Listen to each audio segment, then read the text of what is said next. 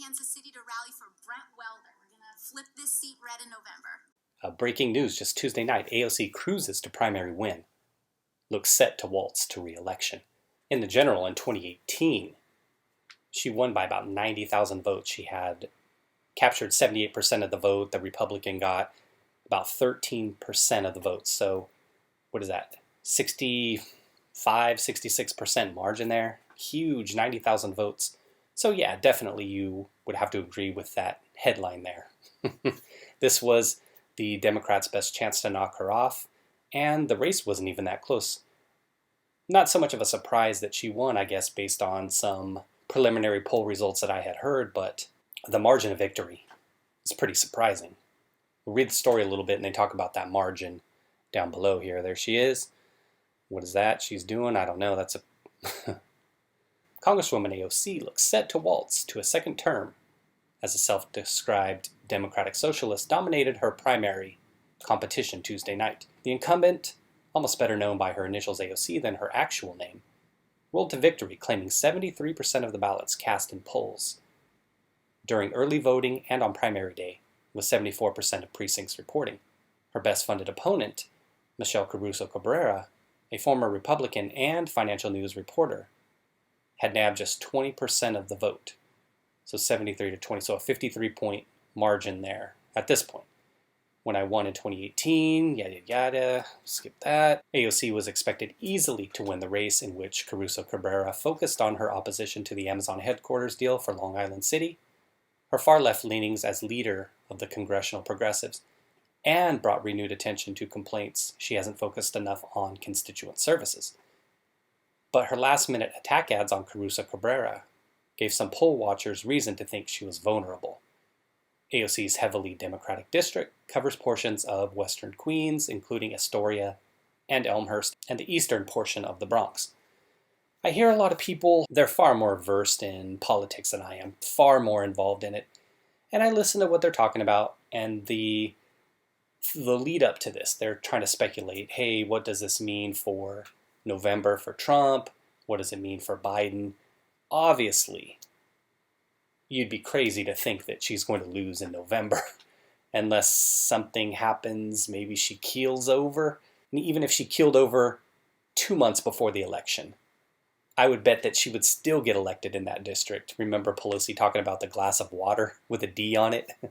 I would bet that if she died 2 months before the race in November, before the election in November, that they would still elect her because, in my opinion, this is just my opinion, and who cares what I think because I don't live in the district, but to elect somebody by such a wide margin that has all of the issues that she has, and I know a lot of you watching know all about those.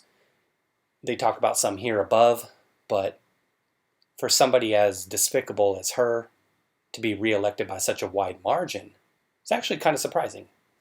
I figured she would win just due to the fundraising, kind of the celebrityism and how people generally ride the coattails. They generally tend to think celebrities know the right thing, even ignoring all of the bad stuff that she's done. Like I said, I was pretty surprised that the margin was so wide. Now, and that's what leads me to say that if she keeled over and died 2 months before the election, the people there probably wouldn't even know. All those people that voted for her probably wouldn't even know. They'd be like, oh yeah, I'm going to go vote for the celebrity again. It's nice to have a celebrity representing our district. I will say this though. It doesn't matter to me anyway. I don't have any feelings about it. Obviously, I would have rather had seen somebody else for the district because I think that she's a despicable person, as I said, and she's bad for politics in general. But again, I don't live in the district. I don't care. They voted. That's democracy, baby. They got what they wanted. What do they say? It's like I said before. We get the government we deserve. And they got her. They deserve her. So hopefully they enjoy her every day. Now, it makes you wonder. I do wonder this, though. And I'll talk about November shortly. But I do wonder this. There was some talk 4, 5, 6 months ago before the old Chirona of the Democrats potentially trying to redistrict and carve out her district to where there wouldn't be anything for her to run for. I wonder if that's something that would still be on the table because it seemed like once all of that stuff was happening, she seemed to fall more in line with kind of the establishment Democrat. So having some progressive policy, but scaling it back in a way. And again, this is just my opinion. I could be totally wrong. A lot of you are probably more well-informed on the political stances she takes than I, but it seemed like the stuff got dialed back a little bit, and she kind of fell in line with Pelosi a little bit to kind of playing the political game. So give her credit for that. Now, in terms of November, what does it mean? In this district, I looked at the results, and obviously Sanders isn't running anymore, but Biden won New York overall, 68-13. I didn't look at the numbers specifically for this district, but you would think that with so many people and such a wide margin that the district would be full of more progressive individuals. I guess there was an individual also that had been endorsed by Warren and Sanders, Jamal Adams, something like that. I didn't really look. I guess he won his primary as well.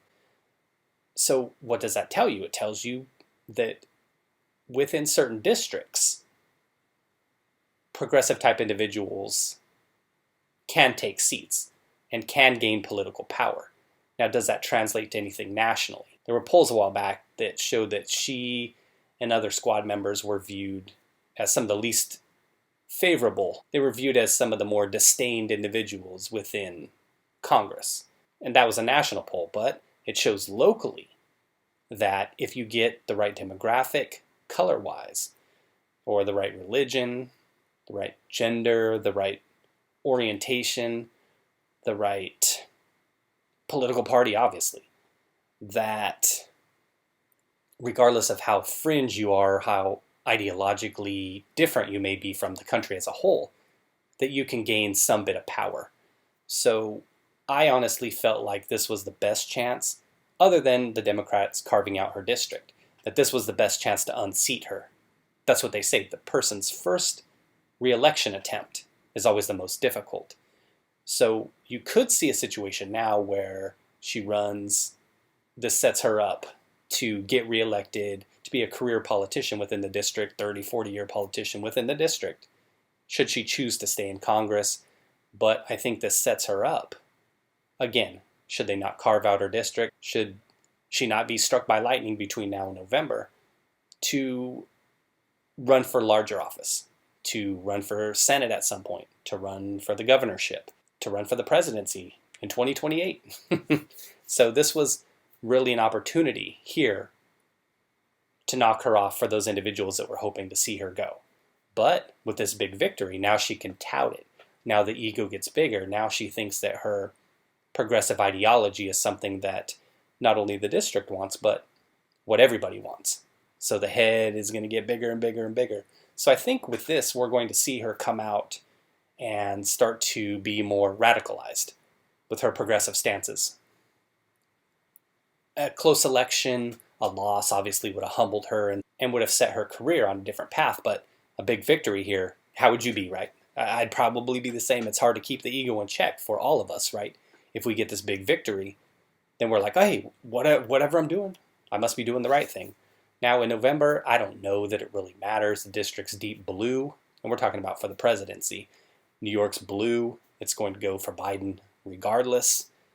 But progressives, it looks like they're gaining a little more steam.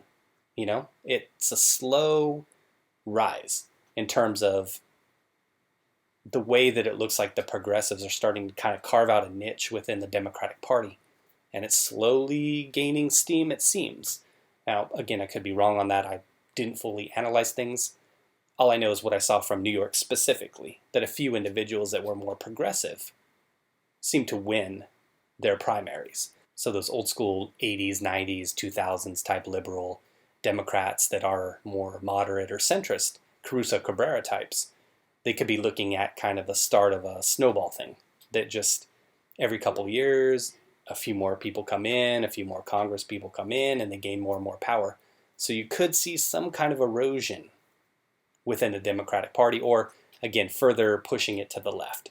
And in a way, I guess that might be good for Trump, because with her still around, that gives him a common enemy. So I guess we'll have to see what happens with Omar when her primary comes up. It could be good for Trump in a way, he's not winning New York, but again, if you're a Trump fan, it's him having that common enemy he can point to and say, hey, look, America as a whole, is this what you want? Or do you want me? I'm the sane one relative to them. So anyway, AOC cruises. Kind of surprised the margin was so big. It sets her up to be a career politician with whatever path she chooses, whether that be just representing the district or going on to something bigger, Senate, governor, or the presidency one day. So we'll see what happens long term. All right, everybody. Thanks for watching. Take care.